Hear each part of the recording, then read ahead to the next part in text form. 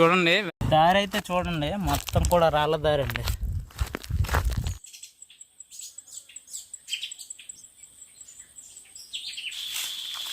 చూడండి వేసవిలో మా గిరిజనులు ఈ విధంగా జీడి తోటల్లోనే కనిపిస్తూ ఉంటారు. ఇదంతా పెద్ద జీడి తోటేనండి. చూడండి అమ్మ అయితే ఈ విధంగా నేల పడినటువంటి అలాగే దులుపుతున్నారు అన్నయ్య.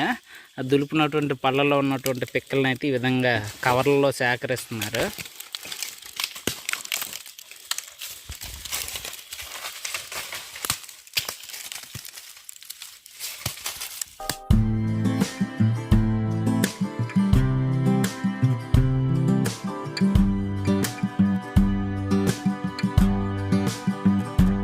ఫ్రెండ్స్, నేను వెళ్ళే దారి వెంబడి అంతా కూడా అండి ఇలా జీడి తోటలు కనిపిస్తున్నాయి. ఇక్కడ చిట్టి తెల్ల అయితే ఉంది. చిన్న ఏం పేరు నీ పేరు? శ్రావణ. చదువుతున్నావా?